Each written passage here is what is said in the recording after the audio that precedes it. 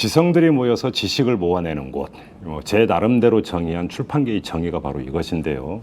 저는 출판계를 이렇게 바라봐 왔는데 최근 출판계에 별로 좋지 않은 소식이 들리고 있습니다. 일부 출판사들이 사재기를 하고 있다. 이게 아주 상당한 사회적 논란을 불러일으킨 바가 있었죠. 자, 오늘 이탈남 보이는 팟캐스트에서는 출판계를 한번 들여다보는 시간을 갖도록 하겠습니다. 오늘 모신 분은 출판계의 산 증인, 아마 이렇게 소개를 해드리는 게 가장 좋을 것 같은데요. 한기호 한국출판마케팅연구소장입니다. 자, 잠시 후에 만나뵙겠습니다.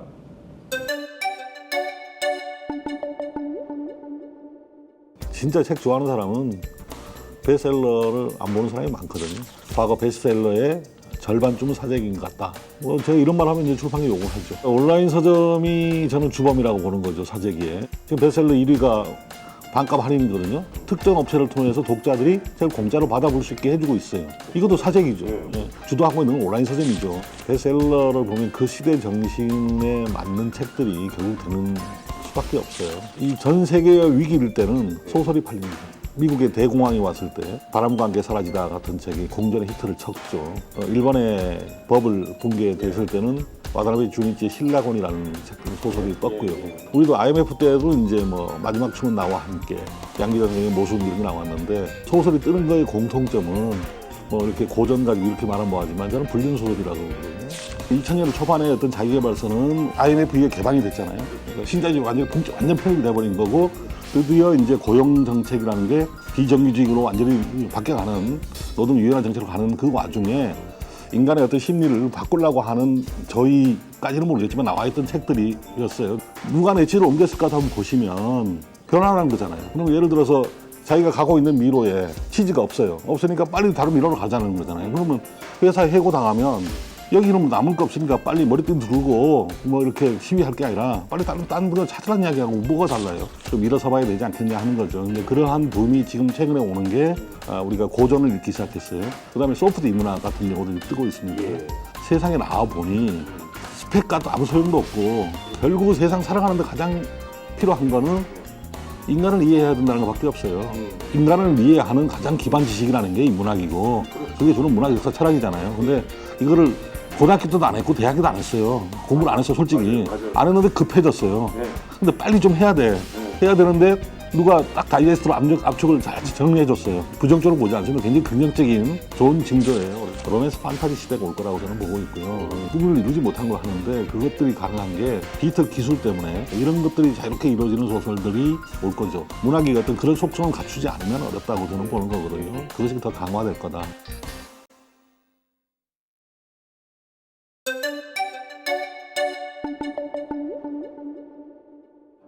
네, 소장님 안녕하세요. 예, 안녕하십니까. 현안부터 좀 여쭤봐야 될 것 같은데요. 며칠 전에 이 출판계 사재기 논란이 상당히 거세게 일었습니다. 예. 지켜보시는 심정이 어떻습니까? 참담하십니까? 착잡하죠. 그래요? 왜 그렇게 했는지도 모르겠고. 예. 기본적으로 무슨 방향을 모르니까. 어떤 방향이요? 그러니까 저는 뭐 책이라는 게 뭐 책도 보시고 하셨지만 책이라는 개념, 책이라는 정의가 지금 달라져 가고 있는 시대라고 저는 보거든요. 오, 어떻게요? 지금 어차피 우리 다매체 시대고요. 우리가 IT 혁명이라고 하는 것이 기본적으로 정보의 전후 순서 배치법을 바꿔버린 거고. 그렇죠. 이제 독자가 정보를 얻는 어떤 방식이 달라진 거잖아요. 그렇죠. 책의 구조도 달라져야죠. 책의 화법도 달라져야 되고, 이야기하는 화법도 달라져야 되고. 네. 그러니까 글이 달라져야 된다는 거잖아요. 예. 또 스토리텔링도 달라져야 될 거고. 이런 것을 정하지 못하는 사람들이 예. 우선 어떤 베스트셀러 순위에만 올려놓으면 예. 그 책이 강하게 많이 팔려나갈 것이라고 하는 일종의 판단, 뭐 오판일지라도 뭐 그래서 성공할 수도 있겠지만 네. 대다수는 뭐 불가능한 이야기죠. 그러니까 그런데 머물러 있는 게 좀 안타깝다고 저는 봅니다. 근데 사실 사재기가 요번에 다시 한번 불거지기는 했지만 이게 요번에 새로 생긴 현상이 아니라 아주 오래된 폐습, 악습 아닙니까? 출판계에? 그렇잖아요. 그게 이제 방송국에서 저한테 와서 예. 뭐 어느 건이 걸렸다는 이야기를 하지 않고 그냥 단지 와서 도서관까지가 왜 필요하느냐, 예. 아니면 사재기는 어떤 문제냐라고 와서 한 시간을 찍어갔어요. 예. 그 중에 아마 방송에 나온 건 한 10초 정도 나왔던 것 같습니다. 원래 그래요, 방송이. 예, 그 10초 중에 이제 예를 들면 과거 베스트셀러의 절반쯤은 사재기인 것 같다. 오. 예, 뭐 이야기했죠. 근데 예. 아마 항상 그랬던 것 같아요. 하여튼 2000년대에 베스트셀러 됐던 예. 책들의 절반은 사재기인 것 같습니다. 아, 그 정도로 많다고 봐야 됩니까? 예, 그렇습니다. 그러면 그 베스트셀러의 절반은 이른바 조작된, 그렇죠. 조작이라고 봐야 되는 거죠, 사재기라고 하는 거. 뭐 제가 이런 말 하면 이제 출판계 욕을 하죠. 근데, 근데 예. 그러니까 베스트셀러의 어떤 그러니까 베스트 상위에 오른 게 절반은 사재기지만 실질적으로 사재기하는 사람은 극소수죠. 그렇죠. 대다수 뭐 99.99%의 출판인들은 안 한다고 봐야 되겠죠. 예. 그러나 아주 극히 소수가 하는 사재기 행위, 예. 그것이 반복되고 예.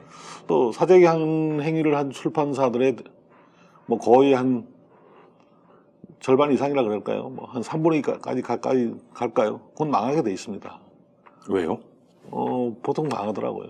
그래요? 예. 아니, 사재기를 해서 그 자기네가 낸 책을 순위에 올려놓으면 더 많이 팔릴 거고. 예. 그러면 수입이 더 많아지는데 왜 아니, 망하게 되는 거예요? 그거는 이제 사재기를 하면 아주 대형 베스트셀러가 되면 모를까. 그러지 않으면 비용에 비해서는 남는 게 없는 거죠. 아, 그리고 오래 가지 못하고. 오래 가지 못하죠. 아, 인간이 예를 들어서 예. 위가 좋지 않다 그러면 예. 죽을 먹으면 인간은 빨리 죽을 수밖에 없죠. 예. 이제 밥을 먹어야죠. 밥을 예. 먹는데 한 100번을 씹어서 자기가 소화시켜서 가서 먹으면 그 사람은 이제 이겨냅니다. 네. 그러니까 어떤 마케팅이라고 하는 행위도 그렇게 해야 되는 거지 사재기로 하다 보면 그게 들통나면 뭐 안 좋을 수도 있고요. 그런 소문이 나지 말라는 법도 없고 예. 또 알만한 사람도 알게 돼 있고 예. 또 무리하게 베스트셀러를 만들었던 책을 독자가 읽고 난 뒤에 진정한 감동을 누린다고 볼 수는 없잖아요. 감동을 누릴 수는 없으니까 이제 그 다음 책이 잘 될 수가 없죠. 그렇죠. 그러니까 망할 수밖에 없는 거죠. 그렇죠. 근데 보통 사재기는 어떤 방법으로 이루어지는 겁니까?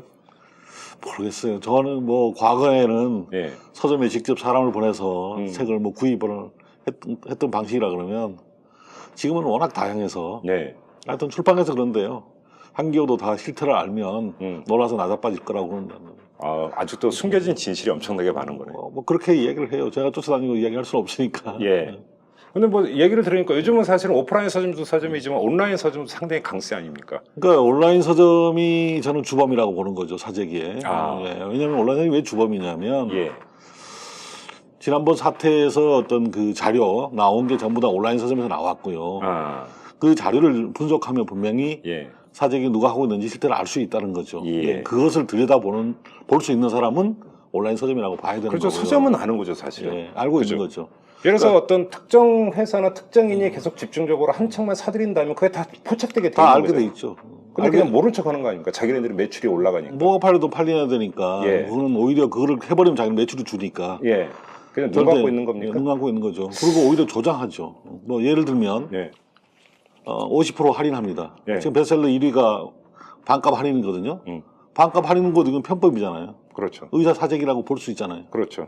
그다음에 어떤 특정 업체를 통해서 독자들이 책을 공짜로 받아볼 수 있게 해주고 있어요. 딱 그 온라인 서점을 통해서 이제 공급을 되거든요. 네. 이것도 사재기잖아요. 예. 그다음에 5,000원짜리 쿠폰을 달아요. 책이 정가 10,000원에서 13,000원밖에 안 하는데 5,000원 쿠폰을 준다. 거기다 할인 준다. 그러면 사실상 독자는 돈을 얼마 안 가지고 책을 구입할 수 있는 거잖아요. 아니, 출판사 이것도 사재기죠. 예, 예. 그렇죠. 그러니까 그걸 내놓고 공개적으로 하고 있단 말이에요. 예.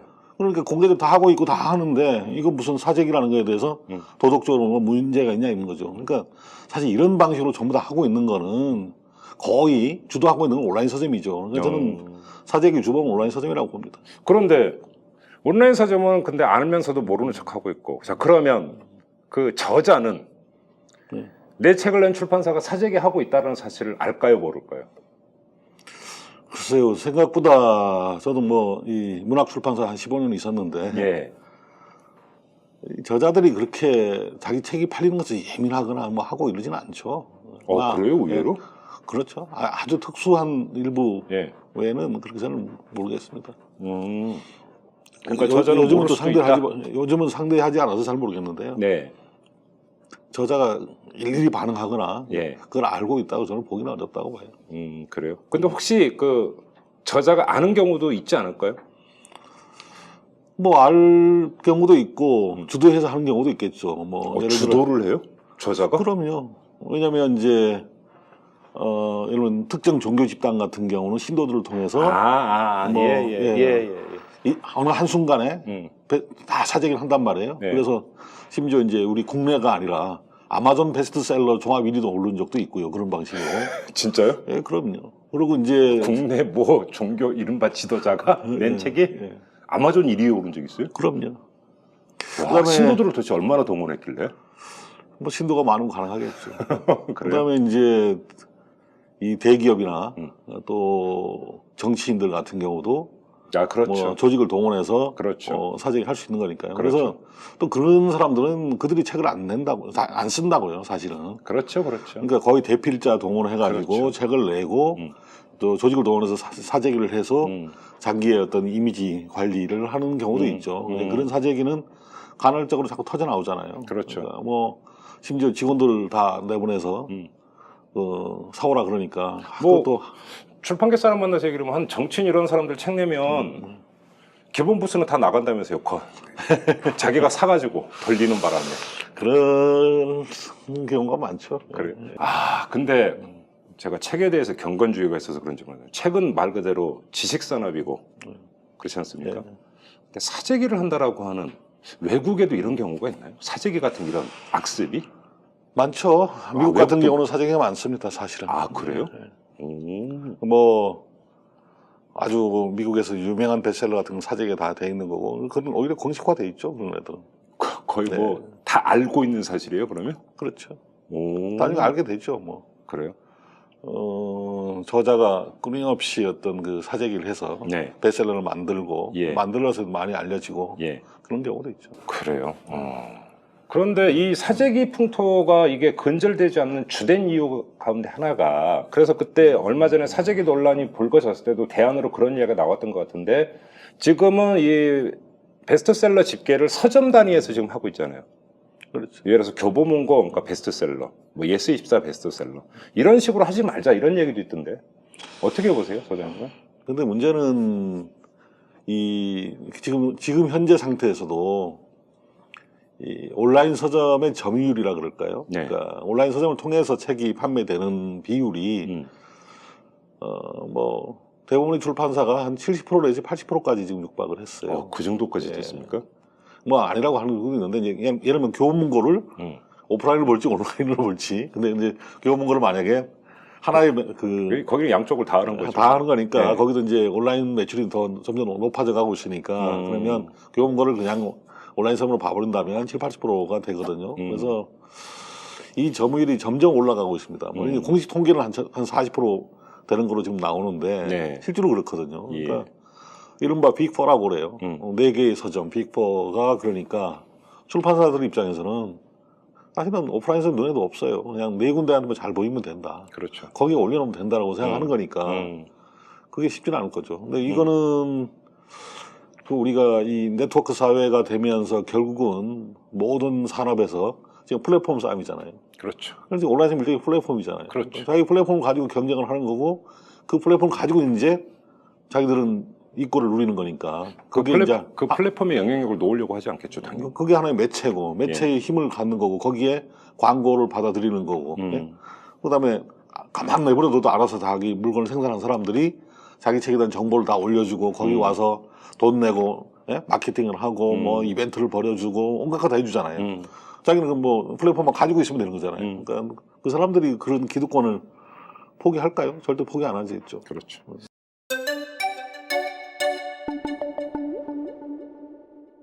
소비자 얘기로 좀 넘어갔으면 좋겠는데, 그러니까 좀 전에 잠깐 이제 그 어떤 그 독자들의 책에 대한 관념 이런 말씀을 하셨어요. 근데 출판계 사람 만나서 얘기를 해보면 이 출판계도 거의 양극화, 그것도 양극화 수준이 거의 1대 99로 갔다. 무슨 얘기냐면 종합 베스트셀러 1위에 오른 책의 판매량과 나머지하고 비교를 해보면 이거 뭐 비교조차가 불가한 이렇게 돼버리니까. 그러니까 뭐 200만 부 팔린 책이 있지만 2,000부도 소화 안 되는 책은 수두룩 뻑뻑하고. 네. 결국은 이런 거 보면은 책을 구입하는 소비자 같은 경우도 결국은 정말 이 책이 필요해서 읽고 싶어서가 아니라 하나의 트렌드를 쫓아가는 이런 허위의식이 결국은 많이 작동되고 있는 것이 아니냐 이런 지적을 하거든요. 동의하세요, 소장님? 허위의식이랄까요? 근데 뭐 사실 진짜 책 좋아하는 사람은 베스트셀러를 안 보는 사람이 많거든요. 저 같은 경우도 좀 그런 경우인데. 제가 이제 베스트셀러 30년이라는 책을 썼습니다. 예. 그래서 분석 좀 해보셨어요? 역대 베스트셀러? 그렇죠. 베스트셀러 30년을 그러면 이게 저 인터뷰 끝난 다음에 네. 어떤 책을 쓰면 베스트셀러에 올라갈지 저한테만 예? 그러니까 일단 뭐 저도 뭐 베스트셀러 못 내고 있는데 예, 베스트셀러 30년을 이렇게 좀 해봤어요. 예. 그랬더니 그러니까 이제 어찌 보면 사재기 행위가 있고 과다 광고 행위가 있고 뭐 출판사 어떤 과도한 마케팅 행위에서 가는 것 같은데요. 베스트셀러를 보면 그 시대 정신에 맞는 책들이 결국 되는 수밖에 없어요. 결과적으로 보면 그런 예, 것 예. 같아요. 흐름 시대 속에 보면 그래요. 코드고 예. 시대 코드가 반영이 됐을 때 베스트셀러가 되는. 그게 되는 거지 예. 맞물렸을 때 되는 거죠. 예. 그게 아닌 거죠. 근데 이제 최근에 일부 출판사는 이제 그런 것을 이렇게 경영자들하고 만나서 이야기해 보면 그러한 분석을 살짝 해내고 또 거기에 맞춰서 상품을 만들어내고 하는 게 정확하게 할 수 있는 사람들이 있거든요. 그러니까 그래요. 그런 그걸 다 사람은 읽어낸단 말이에요. 시대의 네. 흐름과 코드를. 이야기해 보면 예. 이게 시대를 읽어내는 사람들이 있습니다. 아. 네, 저도 이제 요즘은 이제 그걸로 먹고 살죠. 그러니까 출판사 가서 그런 강연 해주고 있습니다. 그래서 자, 그러면 한번 사례를 들어서 한번 여쭤보겠습니다. 정의란 무엇인가라는 책이 엄청나게 팔렸습니다. 그럼 그때의 코드는 뭐였나요? 그 글로벌 금융 위기라는 게 네. 우리한테 준 충격이 엄청나죠. 그러니까 우리 한국 사회가 5년마다 위기가 왔어요. 네. 그러니까 1998년, 그러니까 그렇죠. 97년에 이제 IMF가 왔는데 예. 실제로 98년에 엄청났어요. IMF 외환 위기. 예. 2003년에 이제 맞은데 또 맞았습니다. 카드 대란. 카드 대란 맞죠. 예, 이거는 그 98년은 어영부영 하다가 맞은 거고 2003년은 한 번 더 맞았으니까 힘들었습니다. 예, 근데 사실은 그 98년의 위기는 동아시아의 위기였고 네. 2003년은 이제 우리 국내의 그렇죠, 위기였는데 그렇죠. 2008년 전 세계적 위기죠. 네. 이 위기의 충격을 한 3번 얻어 맞으니까 그때가 보면 다 98년, 2003년, 2008년이 뭐냐면 새로운 권력이 들어설 때예요. 새 정권이 들어설 때예요. 그렇잖아요. 예. 그래서 올해가 또 위기라고 우리는 저는 생각해요. 5년 주기 살이면 올해 또 올해 위기죠. 버냉키 쇼크 나오고 그러던데 지금. 그뿐만 아니라 지금 위기인데 네. 그러니까 위기의 징후가 저는 뭐로 보냐면 예. 이 전 세계의 위기일 때는 네. 소설이 팔립니다. 그럼 저하고는 상관이 없고. 그래서 왜 그런 거예요? 왜 소설이 팔리죠? 이제 올해는 소설이 많이 팔릴 거예요. 지금 왜요? 이미 소설이 베스트셀러 시장을 아마 오늘 상당히 장악할 텐데요. 예. 예를 들어서 미국의 대공황이 왔을 때, 예. 대공황이 왔을 때도 이제 소설이 팔렸는데 예. 그 소설에서는 이제 바람과 함께 사라지다 같은 책이 공전의 히트를 쳤죠. 예. 그리고 일본의 그 버블 붕괴됐을 예. 때는 와다나베 주니치의 신라곤이라는 소설이 예. 떴고요. 예. 또 이런 시기에는 항상 뭐라면 새로운 처세가 등장합니다. 일종의 그래요? 요즘 자기개발사로 하는 새로운 네, 처세가 네, 등장하는 네, 법이고 항상 그래 왔어요. 음. 우리도 IMF 때도 이제 뭐 마지막 춤은 나와 함께 또는 양기자 선생의 모순 이런 게 나왔는데 이런 그 소설이 뜨는 거의 공통점은 뭐 이렇게 고전 가지고 이렇게 말하면 뭐하지만 저는 불륜 소설이라고 그러거든요. 그러니까 예? 불륜 소설. 그러니까 많은 관계 사라지도 불륜이죠. 오알라 스칼렛이 16살인데 두 남자 사이를 영악하게 왔다 갔다 하면서 자기 생존을 해나가는 거죠. 그러고 보니까 그렇네요. 예. 예. 신라고는 뭐 남녀가 정사를 하는 거고요. 아, 그런가요? 예, 마지막 춤은 나와 함께는 여주인공이 대학 교수인데 A는 적어도 3명이야 안심이다. 뱃속에 애가 있는데 누구 애인지는 모르고 있어요. 그러니까 이 불륜이라고 하는 코드가 있어요. 오는 부분이 있죠. 일탈 욕구인가요, 그러면? 그건 모르겠고 하여튼 이 불륜이라는 것보다는 영악하게 살아남아야 된다고 볼 수 있는 거죠. 네. 근데 2008년 같은 경우에 이제 우리가 위기가 왔을 때 여러 차례 위기가 오다 보니까 적응도 됐잖아요. 하다 보니까 이제 뭐냐면 사람이 이제 관심이 좀 이제 인간이 그 새로운 생각을 해야만 될 때였습니다. 아, 예. 그러면 이제 1998년에 IMF 때는 일종의 열정의 시대였어요. 벤처 열풍이 있었잖아요. 그렇죠. 어쨌든 간에 된다. IMF 때는 고금리였어요. 그렇죠. 그러다가 바로 이제 저금리로 내려왔습니다. 예. 한 자릿수 금리까지 됐거든요. 예. 그러니까 돈이 공짜로 오는 것 같잖아요. 그렇죠. 2부, 3부 빌리다가 예. 한 자릿수 하니까 돈 빌려서 막 난리쳐 열정을 부렸어요. 맞아요. 그러다가 카드들하고 딱 얻어맞고 나니까 완전히 이제 안 되겠네. 이제 냉정해지기 시작했어요. 그렇죠. 그죠? 예. 냉정해지기 시작했어요. 그 다음에 이제 글로벌 금융위기 오니까 이건 뭐 우리가 해서도 우리가 잘해서만 아니고 미국이라는 데서 뭐 그렇게 선망해 하던 네. 우리나라 보수층들이 자기의 실질 조국이라고 하는 미국에서 완전히 위기를 갖다 줘버리니까 예.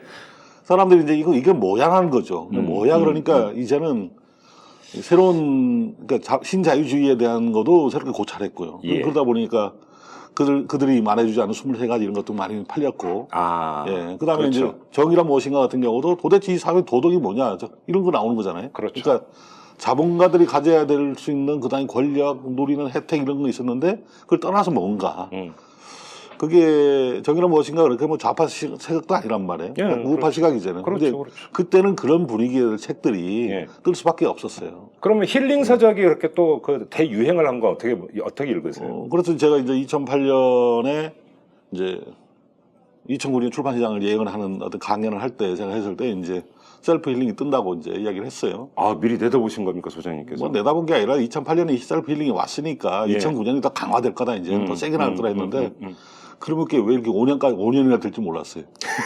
이명박 정권 내내 5년간 되는데 아주 지겨웠죠. 이명박 정권과 힐링은 같이 갔던 겁니까? 계속 힐링 열풍이잖아요. 그렇죠. 그러고 보니까 그러네요, 진짜. 그 그 트렌드가 그렇게 오래 가는 경우도 흔치 그 책만 있는 게 아니라 예. 텔레비전도 힐링이었잖아요. TV도 힐링이고 TV도 모든 힐링 캠프 문화판 다 힐링이었잖아요. 뭐 힐링 요즘도 뭐 힐링 여행 이런 것도 하고 그러네. 이건 뭐 농담도 아니고 다 아는 이야기지만 예. 뭐 박근혜, 안철수, 예? 문재인이 열심히 싸우니까 왜 한 캠프 출신이 그렇게 싸우냐고 그랬잖아요. 텔레비전에 힐링 캠프 출신 아닙니까? 그러네. 아니 그러니까 그런 말 들어보셨어요? 저랑 문재인 후보 이제 단일화를 했는데 그 두 사람이 같은 캠프 출신이래요. 힐링 캠프.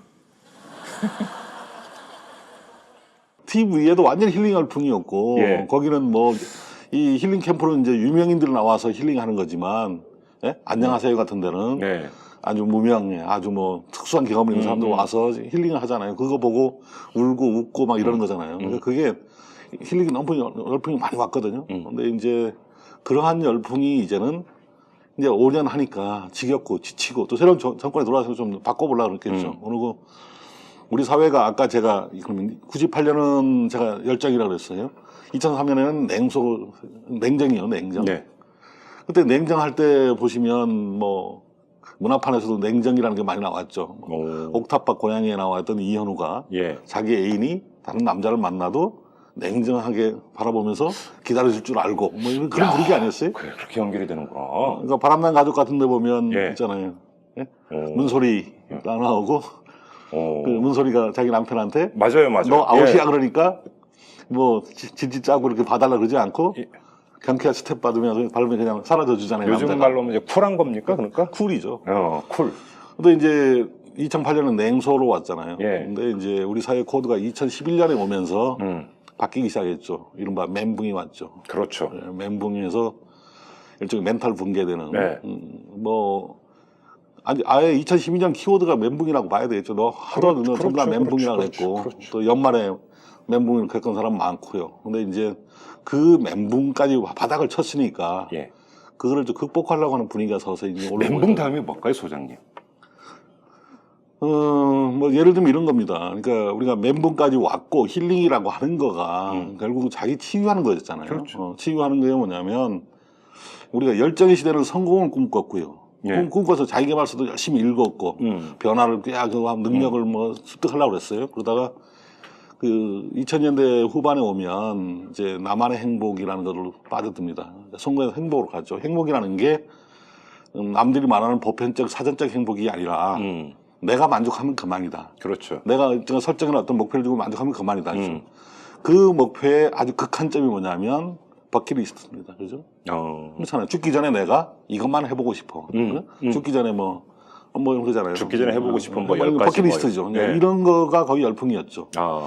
그럼 버킷리스트 같은 TV 프로그램이 이제 남자의 자격 같은 걸 거예요. 그죠? 아. 중년 남자들이 가는 거였잖아요. 예. 근데 중년 남자들이 이제 꿈꿨던 거를 이렇게 뭐 합창단도 해서 노래도 불러보고 뭐 어디 가고 다 해보잖아요.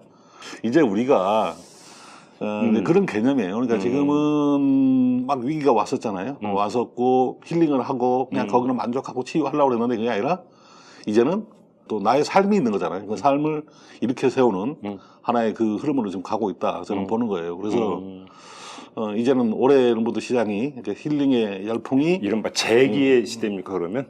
그러니까 이제 그러면 다시 일어서는. 이렇게 이야기할 수도 있겠죠. 셀프 힐링의 시대였어요. 셀프 힐링이 그러잖아요. 그러면 이 힐링의 감성은 사라지지 않습니다. 사실은 예. 당분간 그렇죠. 사람이 그걸 즐겼고 누렸으면 가고 있습니다. 그럼 앞에 셀프라는 거 있잖아요. 예. 이걸 띄워봅시다. 아. 그러니까 이 셀프가 스스로 안 되니까 예. 뭐가 필요하죠. 뭐가 필요하겠습니까? 셀프가 아니라 이제는 그 구조적인 뭐 이런 거기 거 뭐가 아니겠어요? 있어야 될 거예요. 그렇죠. 그게 지식이 됐든 지혜가 됐든 인텔리전스가 됐든 뭐가 됐든 될 거예요. 그래서 요거를 신조어를 뭘 하나 할지 하나 만들면 될 거야 아마. 그러니까 그런 식의 문제. 그리고 이제 누가 먼저 만드느냐가 이제 베스트셀러와 연관이 되는 겁니까 이러면? 제가 항상 맨날 뒤통수 맞춰가지고 평론가가 창조를 못하고 맨날 아, 뭐 원래 평점을 해서. 경제학자가 주식에서 돈 벌었다는 경제학자 못 봤어요.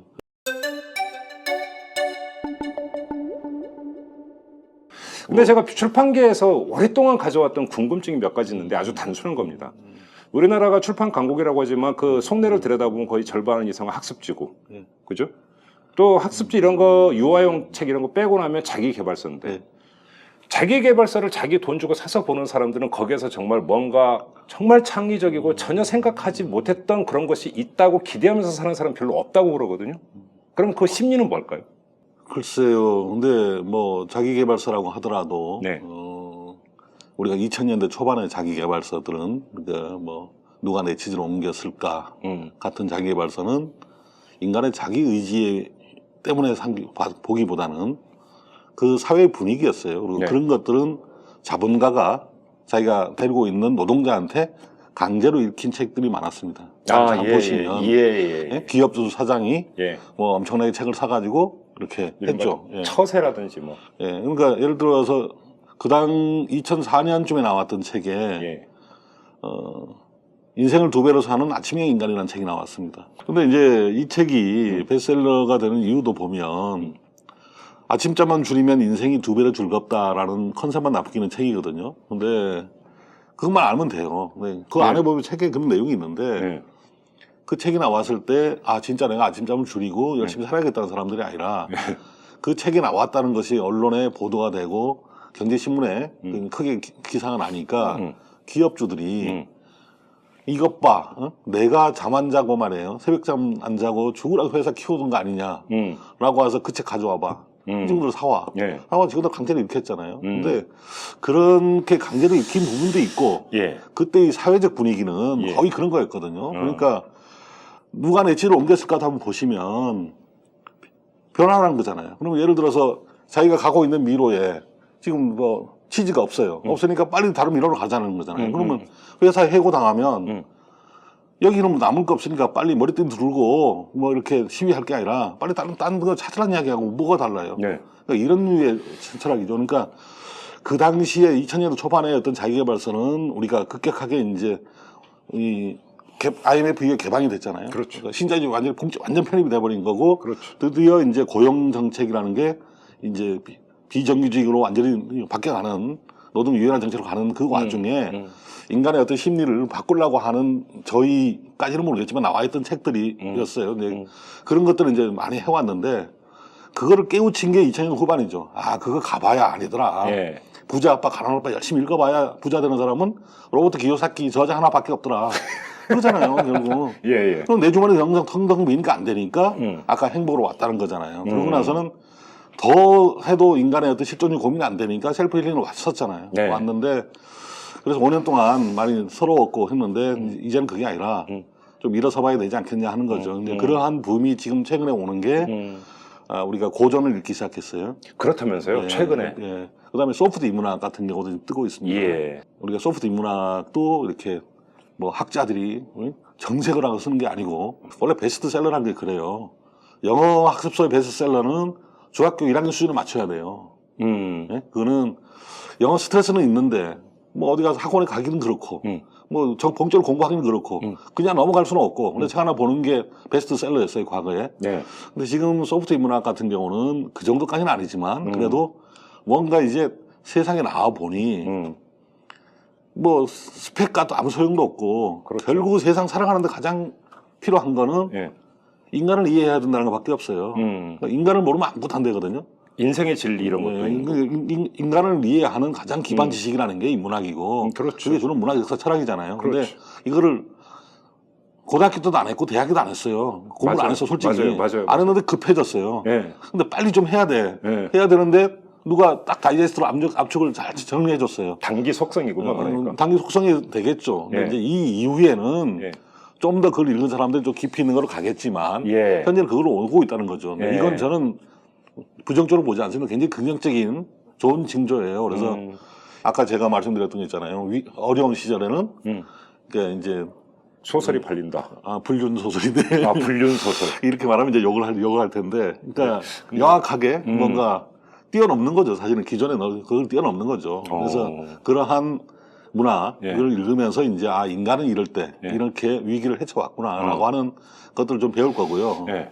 그런 분위기가 지금 좀 오고 있다고 봐야죠. 진짜. 그래요. 그리고 출판계를 보면서 제가 평소 가졌던 또 하나의 궁금증이 뭐냐면 인문 사회학은 왜 이렇게 안 팔려요? 그거는 이제 원래 분야가 원래 그런 겁니까? 근데 안 팔리는 게 아니라 지금 위기가 오는 부분이 저는 뭐냐면 한국 사회가 가장 큰 부분이 그 졸업 정원제가 되고 나서 대학이라는 것이 너무 강하게 커져버렸고요. 비대해져 버렸고요. 그러니까 지금 대학생들이 뭐 이게 스펙을 쌓느라고 그렇게 할 수밖에 없는데 이제 스펙에는 한계가 왔죠. 그렇죠. 그건 뭐 아니고 뭐 그렇죠. 영어라는 건 뭐 누구나 다 해야 되는 거고 그것 가지고 한계가 있는 거고 그 이상이 와야 되고 그 이상이 어떤 상상력의 문제인데 이제는 그거 아니면 어려워졌잖아요. 그러니까 그런 어떤 상상력의 구조 어느 날 진짜 제대로 상상력만 내면 뭐 자기가 자기 기업을 할 수 있는 세상인데 어느 조직이 들어 살아간다는 건 쉬운 건 아니잖아요. 뭐 저도 그런 경험을 많이 하고 하는데 지금 이제 뭐 스카이 졸업장도 필요 없는 거고 네. 사실은 서양에 있는 것도 아닌 거고 예. 요새 대기업들 같은 경우는 뭐 인류 대생만 뽑지 않고 오히려 지방 대생을 뽑으면 보니까 더 일 잘한다는 이야기도 해요. 근데 그거는 외교적 발언 아닌가요 혹시? 아니 그거 왜 그런 이야기를 하냐면 인류대 출신 뽑아놨더니 얘들은 좀 못 버텨 그냥 다 가버린다는 거지 결국. 그러니까 예. 차라리 예. 장기적으로 그게 낫다. 그렇게 해서 현실적으로 그런 모양이에요. 그래요? 그리고 또 못 버티니까 뭐 대기업이라는 게 지금 사실은 거의 뭐 밤 11시 12시까지 잡아놓고 엄청 혹사시키더만요. 토요일까지 하고 예. 뭐 일요일 날은 또 산에 가자고 또 잡아나오고 그러잖아요. 그래서 스스로 예. 이제 인간은 조직에서 살아남기보다는 이제 자기만의 오솔길을 걷는 사람, 그러니까 나만의 길을 걷는 사람, 내가 평생 잘할 수 있는 길을 걷는 사람만이 이제 살아남을 수 있는 구조거든요. 그러니까 나만의 오솔길 참 좋은 표현이십니다. 제가 진짜. 책에 썼던 이야기입니다. 그러니까 지금까지는 누구든 14선 도로를 가려고 그랬어요. 예. 뭐 이러면 사법고시도 없어졌잖아요. 그렇죠. 뭐 이과계는 의사 뭐 이런 거잖아요. 남들이 하는 거 뭐 의사나 뭐해 이렇게 했는데 그 사람들은 스트레스밖에 안 받아요 이제는 앞으로는. 그렇죠. 근데 이제는 그게 아니라 자기만의 어떤 창의성, 자기만의 전문성 가는 사람만이 살아남을 수 있는 시대가 됐거든요. 그거는 이제 14선이 아니라 나만 평생 걸을 수 있는 오솔길이라도 가는 그렇죠, 사람은 그렇죠. 살아갈 수 있는 거죠. 그러기 위해서는 뭐 할 거냐? 그러기 위해서는 저는 책을 읽을 수밖에 없다고 봐요. 근데 지금 그럼 앞으로는 좀 어떻게 인문 사회학으로 분류되는 책도 좀 앞으로는 좀 길게 보면 좀 팔릴까요? 소프트 인문학 붐이 지금 불고 있는 거 보면 예. 그 이후에는 이제 될 수 있다고 저는 봅니다. 그래요? 그러면 사람들이 지금도 뭐 저는 이제 대학에도 강연 많이 가고 중고등학교 강연도 가보고 했는데 하다 보면 몇 년 전쯤에 너희들 그 대학교 졸업해봐 아무 소용없다는 이야기 하면 픽픽 웃었어요 사람들이. 근데 해마다 이 정도가 이제 그렇죠. 받아들이는 태도가 달라졌고 그렇죠. 그게 그 이상의 자기들이 필요하다는 건데요. 그 필요한 거는 결국은 자기만의 상상력이거든요. 그러니까 그렇게 하는 사람들이 되기 위해서는 어찌 보면 간단해요. 저는 그러니까 뭐 그 이야기를 하는데 만약에 우리 김생이 새로운 분야를 한번 해보고 싶다. 특정한 분야. 저건 내 꿈이었는데 그동안 내가 못했어. 그러면 그 마음만 드시면 지금부터 그 분야의 책을 100권만 읽으면 돼요. 그렇죠. 입문서부터 전문서까지 100권만 읽으면 됩니다. 그렇죠. 예? 그래서 일주일에 한 권씩 읽으면 2년이면 해결될 수 있어요. 그러니까 간단한 거거든요. 근데 이제 대학생들 같은 경우는 좀 달라요. 얘들은 이제 아까 인간에 대한 기반 지식 이런 게 필요하니까 그 예를 들면 고전 소설 같은 거라도 적어도 한 100권 따로 읽어야 되고 그래서 200권 정도 읽어야 된다고 봅니다. 그래서 하여튼 100권만 읽으면 자기 분야를 갖잖아요. 분야를 가지고 이제 자기 나름대로 활동할 수 있어요. 그것도 활동하는 무대도 전 세계와 연결해서만 할 수 있죠, 우리가. 그렇죠. 블로그를 그렇죠, 뭐 그렇죠. 하든지 우리 소셜미디어 시대가 왔으니까 예. 이런 데서 활동하다 보면 어느 날 되는 거고 예. 제가 뭐 잡지를 뭐 2개를 하고 있습니다. 그러니까 하나는 이제 기획회의라고 해서 출판 전문지인데 격조한 출판 전문지예요. 필자 발굴을 어디서 하겠습니까? 제가 어떻게 누가 일하는지 모르잖아요. 예. 블로그에서 딱 하나 잡아서 얘가 봐라 괜찮네 글 하고 그렇죠. 있어요. 그렇죠, 맞아요. 이제 그런 친구들이 좀 이제는 뉴스타가 되더라고요. 오, 그러니까 그 사람들을 제가 볼 때는 이름도 모르고 성도 모르고 그냥 글이 좋아서 뽑아대는 거거든요. 근데 저만 그러겠냐고요. 전 세계가 그런 분위기예요. 그렇기 맞아요. 때문에 예, 맞아요. 이 패러다임이 바뀐 속에서 예. 이 새로 살아가기 위해서는 예. 해야 되는데 예. 그렇게 되면 이제 결국 책을 읽을 수밖에 없거든요. 그래서 이 독서 운동이라는 게 요새 열풍이 조금 와요. 그래서 점점 이 학교에서도 읽혀야 된다. 그러니까 교육이라는 거는 나는 우리나라 교육 당국자들도 처음에는 뭐 저희들끼리 따라갔는데 결국은 자기 고민은 올 텐데 자기 자식도 안 되거든요. 맞아요. 좋은 대학을 보내놔봤자 맨날 집에서 놀고만 있는데 미치겠잖아요. 그렇죠. 그러니까 뭐 바뀌어야 되겠다고 생각을 하고 있습니다. 그 바뀌는 게 뭐냐? 그럼 스스로 책을 읽고 스스로 압축하고 요약하고 그럼 뭔가 그때 상황에 대처하는 능력, 지식이 달라져야 되죠. 옛날에 암기하고 외우는 게 아니라 이제는 어느 주어진 조건에서 자기한테 가지고 확보한 모든 지식을 가지고 자기만의 맞는 새로운 지식을 내놓아야 되죠. 그리고 이걸 뭐 브리꼴라주적인 지식이라고 그러던데. 그러니까 어려워요. 예? 어려워요? 예. 그거 가지고 외국어 나오면 저는 어려워요. 하여튼 뭐 그렇게 저도 이제 외워야 이렇게 좀 새로운 용어를 해야지 먹고 사니까 이 브리꼴라주 지식을 만들어야 된다라는 거잖아요. 그래서 어떤 순간에 어떤 이야기가 와도 뭐 김정일이 어떤 경우를 저한테 물어봐도 이렇게 되는 부분 이런 지식인데요. 그러니까 이건 좀 다르다고 봐요. 그러니까 저는 그 일종의 편집적인 능력이죠. 예. 사실은. 그래요. 그리고 또 하나 좀 여쭤볼게요. 마지막 이건데 제가 그 귀동량을 하기로는 지금 출판계에서 가장 큰 손은 30대 여성이다. 그런데 30대 여성들이 좋아하는 분야는 주로 에세이다. 그러니까 봐라 최근에 그 많이 팔린 책 보면 대부분이 에세이로 분류되는 책이다. 이런 식으로 얘기를 하더라고요. 맞는 얘기입니까? 근데 이게? 근데 최대 큰 손이 30대 여성이 맞나요? 근데 이제 독서 시장에서 한때는 20대 OL 계층을 많이 이야기했죠. 아, 그랬나요? 80년대 정도에. 예. 근데 이제 점점 그게 아니잖아요. 요새는 예.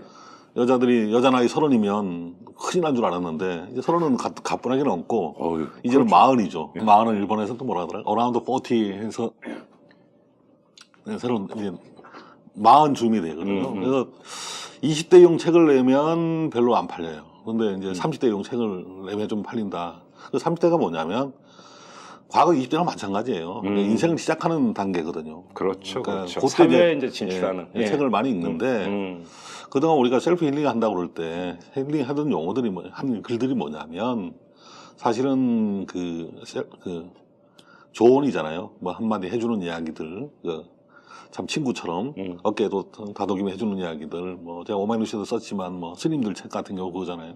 스님들이 뭐 대단한 어떤 그 영웅이나 이런 사상가가 아니라 그냥 저 편한 선배나 친구처럼 옆에 도닥거리는 이야기죠. 그게 에세이라는 형태가 왔고 그 에세이가 주로 말하면 이제 스마트폰, 스마트패드 뭐 이런 데서 주로 유통되는 우리가 소셜 미디어에 유통되는 거죠. 그러니까 트위터나 뭐 페이스북에 유통되는 이런 글이었잖아요. 예. 그게 거의 베스트셀러 휩쓸었습니다. 작년까지 예. 그랬는데 그래서 작년에 베스트셀러 1위부터 20위를 그런 에세이 아니면 팔리는 게 없었어요. 네, 맞아요. 예. 근데 이제 올해는 소설로 바뀔 겁니다. 아마 연말에, 연초부터 이렇게 떠들었는데요. 연말 가면 이제 그 올해 베스트셀러는 뭐 소설의 시대였다가 오는데 소설의 상상력이죠. 예. 그만큼 우리가 경제 위기 같은 것도 있고 지금 뭐 세무당국에서는 세금이 안 그칠지는 모르겠다 그러고 뭐 경제가 위기일 수밖에 없는 여러 가지 이야기가 나오는데 지금 사실은 대책 없는 부분이 좀 여러 가지 국제 정세가 있잖아요. 그러니까 이런 부분에서 되면 사람들은 오히려 소설적인 상상을 넘어간다.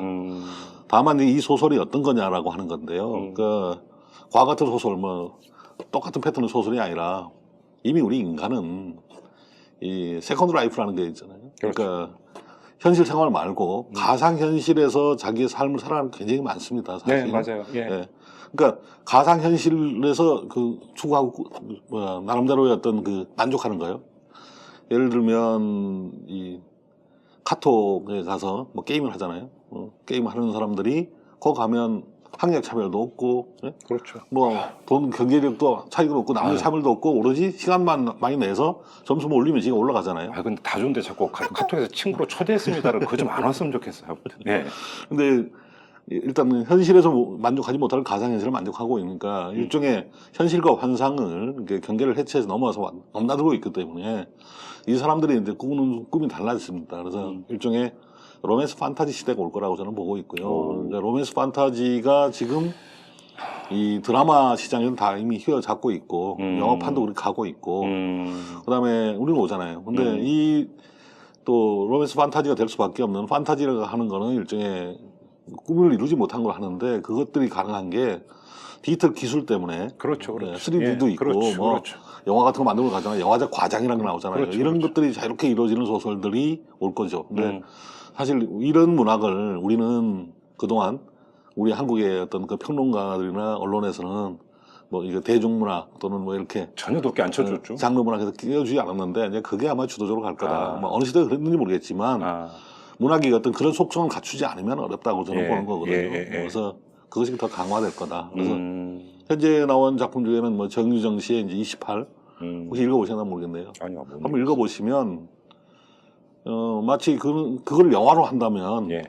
이 시나리오가 따로 필요 없을 것 같은 왜냐하면 등장인물에 따라서 시각으로서 카메라 앵글을 딱 들어서 쫙쫙 그냥 빨려 들어가 하는 거거든요. 계속 이제 시점이 바뀌면서 그런데 다르죠. 이야기하는 방법 여러 가지 어떤 그 극적인 대립이라든가 인물 구도라든가 이것도 워낙 짜져 있고 굉장히 강화돼 있어요. 빨려 들어가는데 이뿐만 아니라 이제 올해 여름 시장에 부르는 소설들이 많이 터져 나올 텐데요. 그러니까 이거는 지금 뭐 그 중에 어느 하나가 독주할 거지 뭐 독주는 안 될 것 같고 one of them 모두가 그들 중에 하나가 될지도 모르겠고. 그러면 지금 소장님의 말씀을 종합 정리하면 올해는 소설, 그것도 이 로맨스 판타지. 그러니까 로맨스 판타지는 아직은 뭐 작품이 이제 앞으로 대사가 2, 3년 안에 될 거라는 거고 강세를 유지하면서 인문학 이런 것들도 이제 조금씩 소프트 인문학, 연결돼 그다음에 있잖아요. 고전품 예. 이런 것들도 이제 같이 읽고 있다. 예. 이렇게 정리를 하면 될 것 같고요. 이북은 어떻게 전망하세요? 이북 시장은? 참 전자책이 저는 2000년에도 책을 내면서 전자책은 대세다. 그 이야기 했죠. 10년이 넘었는데. 아니, 그러니까 2000년에 제가 이북이 아니라 이 컨텐츠라는 책도 냈고요. 그 디지털과 종이책 행복한 만남이라는 책도 냈고 이런 책들을 보면 제가 분명히 전자책은 대세다. 그러나 당장 눈에 앞에 보이는 수익 모델은 보이지 않는다. 라는 이야기를 했거든요. 그러니까 수익 모델을 내기 위해서는 우리가 뭘 해야 된다. 디지털의 방향은 어떻게 해야 될 것이며 그때는 과금 시대인 그랬어요. 돈을 어떻게 물릴 것인지 뭐 이런 여러 가지 고민을 숙제가 해결해야 된다. 이런 것이 해결된 다음에 될 것이라고 했거든요. 그러고도 십몇 년이 지났는데 지금 아직도 우리가 전자책의 점유율이 출판시장 점유율은 국내에서는 2%가 안 됩니다. 사실은. 네, 네, 1%에서 2% 사이거든요. 일본은 3% 정도 되고요.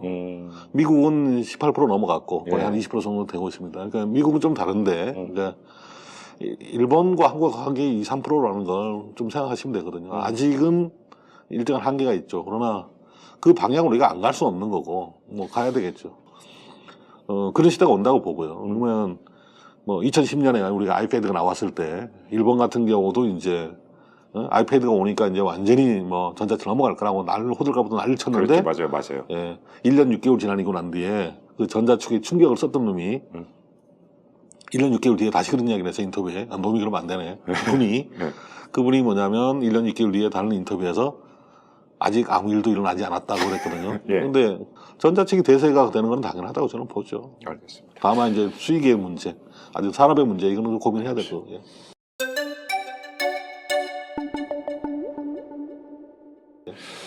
자, 이제 우리 그 한교 소장님 좀 그 개인사 몇 가지만 좀 여쭤봐야 될 것 같은데 제 주변에도 출판계에 계신 분이 꽤 있어요. 근데 이상하게 출판계에 발을 들여놓으면 못 빠져나오대요. 이 출판의 마력이 뭘까요, 소장님? 그러니까 소장님에게 출판은 뭡니까? 글쎄요, 뭐 저야 이제 30년 있었는데 예. 살면서 참 막 후회도 많이 했었어요. 근데 아직 내 인생을 정리할 때는 나이는 아닌데 그나마 최근에 와서 주변 사람들 가장 행복하다고 생각하는 부분은 뭐냐면 집에 책을 많이 갖다 놨을 거 아니에요. 그렇죠. 책을 많이 갖다 놨더니 우리 아이들이 열심히 책을 읽었어요. 그러더니 아빠한테 뭐 돈 달라 뭐 해달라 그러지 않고 예. 지 인생을 스스로 개척해서 지가 살아가요. 그리고 이제 오히려 아빠 걱정해주고 그래서 이놈들이 그렇게 살아가는 거 보니까 아 책이 갖고 있는 가치가 중요하구나 라는 거고요. 어유 대성공하셨네요. 그러면 그것처럼 큰 성공이 어디 있어요? 그것만큼 성공했습니다. 예. 그래서 그뿐만 아니라 이제 저는 뭐 잡지를 내고 있으면서도 지금 뭐 346호까지 나왔는데 그런 아이디어가 어디 나오냐는데 아이디어는 아무것도 없어요. 사실은 책밖에 없습니다. 책을 읽으면 모든 것에 나와 있으니까 제가 뭐 출판 평론가니까 또 출판사 책을 많이 보내줘서 열심히 책을 보고 읽고 있는 거 그건 뭐 그건 만족하죠. 근데 출판계에 오는 사람들이 글쎄요 빠져나가는 사람도 많이 있는데요. 그래요. 근데 제가 그거는 싫어서 빠져나간 게 아니라 돈이 이제 그 떨어져서 빠져나간 경우 아닙니까? 그 아이디어가 있는 사람들이 뭐 영화 쪽에도 가기도 하고 새로운 뭐 산업 쪽으로 가고 뛰쳐나가는 사람도 많이 있습니다. 그래요. 출판계를 두고 지식산업이라고 얘기를 하잖아요. 예. 근데 지금도 지식산업인 게 맞는 겁니까?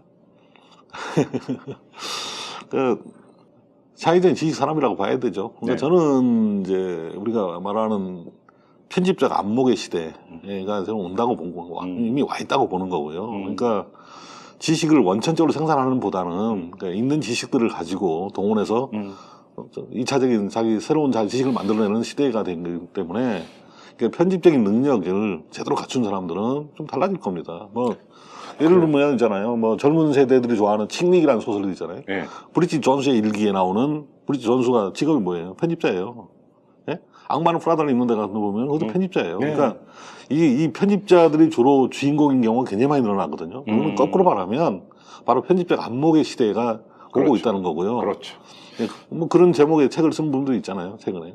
그 움베르토 에코인가 책을 제가 한번 본 적이 있는데 서문인가에 그게 나오더라고요. 그 편집자한테 몇 번 빠꾸 맞았다고 다시 써오라고 그래갖고 야 편집자가 힘이 되게 세다.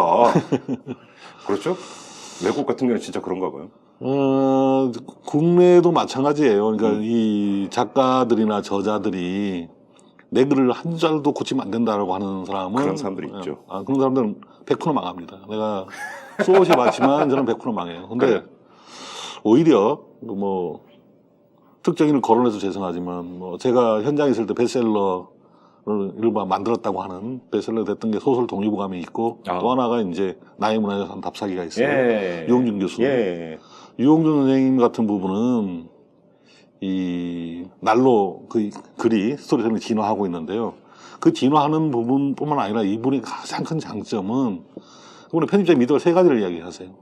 신속, 정확, 과감. 신속하게 해야 되고 정확하게 해야 되고 과감하게 날려라. 예. 그래서 편집자가 이 부분은 또 아닌 것 같습니다. 그러면 과감하게 날려주는 받아들여주는 분이에요. 그리고 한 예를 들면 제가 막 잡지에 글을 연재하고 있었어요. 답사기를. 근데 이제 그때 히어로였는데 히어로는 기억나요. 어느 해는 모르겠어요. 히어로였는데 저는 이제 밖에 나가서 잡지 한 번 읽어봤습니다. 네. 선생님이 전화가 오셨어요. 어땠어? 읽어봤어? 어땠어? 그래서 참 재미가 없었어요. 솔직히 까놓고 얘기해서.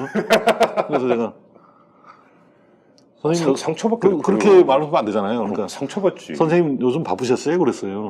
그러니까 뭐를 딱 알아들으시고 예. 책에 딱 빼버렸더라고요.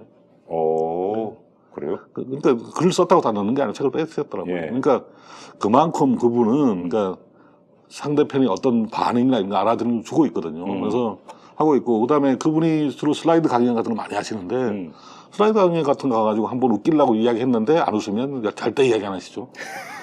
그리고 누구냐에 따라서 대상이 누구냐에 따라서 말 좀 달라지거든요. 그러니까 그만큼 우리 좀 달라진 세대를 봐야 되겠죠. 그러니까 이 편집자의 실력 있는 편집자가 하는 조언 그것을 제대로 받아들인 저자가 오히려 살아남을 수 있겠죠. 이 편집자라는 건 단순히 적당히 이렇게 하는 게 아니고 상대를 위해서 이야기하는 거니까 네. 그런 편집자를 만나는 게 더 중요하다고 봅니다. 그것도 복이죠, 복. 네, 필자 그렇죠. 입장에서는 복 아닙니까? 그렇죠. 예. 뭐 이제 그림책 같은 경우는 주로 그림 그리는 작가가 있고 글 작가가 있는데 거기 편집자가 누가 붙느냐에 따라 이야기가 또 달라지고요. 그렇죠. 32페이지밖에 안 되잖아요. 다 해봐요. 거기에 어떤 구도로 가야 되는데 그림을 수없이 바꾸잖아요. 그럼 편집자는 장인이라고 봐도 되는 겁니까? 장인이 돼야 되겠죠. 예. 안목도 있어야 되고. 예. 그런데 편집자로 오래 버티기가 힘들다라고 얘기하는 사람들도 있던데, 출판기 있는 사람들 얘기를 들어보면. 그래서 오히려 편집자를 하다가 떠나버리거나 아예 일일 출판으로 독립을 해버리거나 오히려 편집자로서의 전문성을 갖고 길게 가기 힘들다, 또 이렇게 푸념하는 편집자를 제가 직접 본 적도 있는데. 뭐 맞는 말씀이에요. 그러니까 이제 우리나라의 출판사들 좀 이렇게 지금 뭐 규모가 있고 뭐 역사가 있다는 출판사들 중에 일부는 뭐 책을 제대로 만들려고 노력하는 것보다는 뭐 부동산 뭐 하다가 뭐 이상한 짓 하다가 돈 좀 벌고 이제 책은 많이 보관해야 되잖아요. 뭐 수도권에 어디 변두리에 창고 짓는다고 땅을 사놨다가 그게 뭐 갑자기 졸지에 땅값이 오른 바람에 뭐 하는 이렇게 폼 잡는 사람들이 많아서 그러는데 이런 사람들이 기본적으로 편집자를 전문성을 인정해주고 자기 사람으로 해주고 대우를 안 해주는 인간들이 있어요. 그러니까 뭐 유명한 사람들 그러니까 일반 독자들 보면 저렇게 저 정도 출판사 사장이면 참 대단하다고 생각할지 모르겠는데 제가 볼 때는 참 출판사 대표를 할 수 있는 자질이 아예 없는 사람들이 그렇죠. 뭐 저도 뭐 몇 가지 뭐 하여간 들은 얘기가 있습니다. 방송이기 때문에 다 얘기는 할 수 없지만 뭐 건설회사 만든 분 얘기도 제가 들은 바가 있고, 그래서 땅 장사하는 분도 있고. 그분들은 그냥 너무 그러니까 함께 살아가는 편집자와 더불어서 뭔가를 개척하고 그들의 미래를 해나가고 이런 것보다는 그냥 뭐 저임금에 좀 부려먹고 적당히 하려고 한다는 거잖아요. 그러니까 그러지 않고 뭐 이제 제대로 좀 대우하고 의식하는 그런 출판사가 많이 늘어나야 되겠죠. 그렇죠. 사실 뭐 이제 출판이라고 하는 게 어쩌면 그 시대의 코드가 다 모여드는 하나의 저수지가 출판이라고 봐야 되는 거 아닙니까? 근데 이제 그렇게 안 하면 안 되는 시대가 왔어요. 왜냐면 소문이 전에는 옛날에 소문이 왔는데 이제는 소문이라는 게 어떻게 가는지도 모르잖아요. 왜냐면 이제 소셜 미디어를 통해서 저한테도 수없이 제보가 와요. 근데 혹시 그 소장님 저 출판 평론 하시잖아요. 출판사에서 로비 안 받으세요? 아유, 저희가 이 책 냈는데 좀 잘 써주세요. 뭐 이런 거 안 받으세요? 솔직히? 글쎄 뭐 전혀 없다고는 볼 수는 없는데 다만 이제 제가 그렇게만 놀아놨으면 오래 못 가죠. 오래 버티질 수 오래 없죠. 못 지금까지 뭐 살아남을 수는 없죠. 그러니까 제가 평론이라고 한다고 한 게 이제 초창기에 한 99년도쯤에 그래도 대한민국 괜찮은 신문에 칼럼 연재하고 있었어요. 딱 데리고 갔는데 고급 술집에 가서 딱 술을 내는 거 보고. 오, 진짜? 예. 그래서, 출판사 사장이? 예. 그래서 이것만 먹고 나가자라고 하고 다시는 이제 안 만났습니다. 그러니까 그 자기 글 지켜야 되는 부분이고요. 그렇죠. 그래서 그다음에 뭐 어쨌든 간에 책을 다 읽지 않으면 글 쓰지 않아야 되고 또 말이 안 되는 건 안 해야 되고요. 그래서 아무리 가까워도 그러다 보니까 뭐 가까운 사람들한테는 좀 인정머리 없는 사람으로 좀 찍히기도 있죠. 그렇겠네요. 그럼 약간 그래서 고독하기도 하죠. 근데 그게 바른 길이니까 그렇게 가셔야죠. 외로우시겠어요?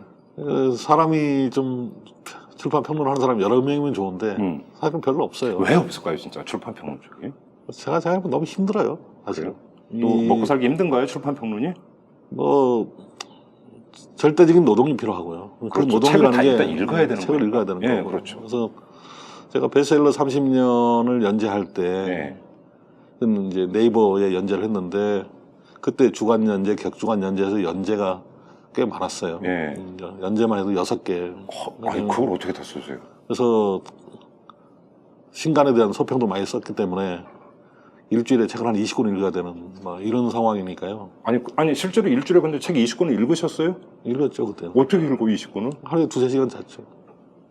와, 토요일 일요일도 그래요? 없고요. 그래서 덕분에 딱 저는 건강에 대해서는 자부를 했는데 그거 하고 난 뒤에 잠시 통풍이 와서 그 좋아하는 술을 2달 반이나 못 먹었습니다.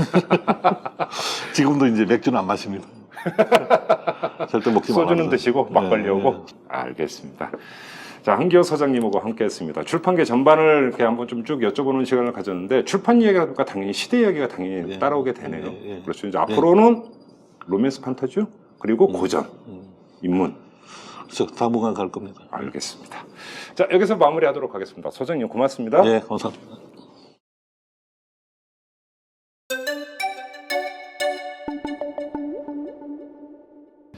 뭐 출판계에 이런저런 불미스러운 일이 있지만 그래도 출판계는 저수지입니다. 시대의 정서와 코드가 모두 모이는 집산지이기도 하죠. 바로 그것이 출판계인 것 같은데 출판계는 또 그 사회의 지성을 대표하는 곳이기도 합니다. 우리가 아끼고 보듬어야 되는 곳이겠죠. 자, 우리가 아끼고 보듬는 방법은 하나밖에 없습니다. 책을 많이 읽는 건데 집에 있는 자식들 보고 그럽니다. 편식하지 말라고. 책을 읽더라도 편식은 하지 말고 골고루 섭취하는 게 좋지 않겠습니까? 자, 이탈남 보이는 팟캐스트 여기서 마무리하겠습니다. 여러분 고맙습니다.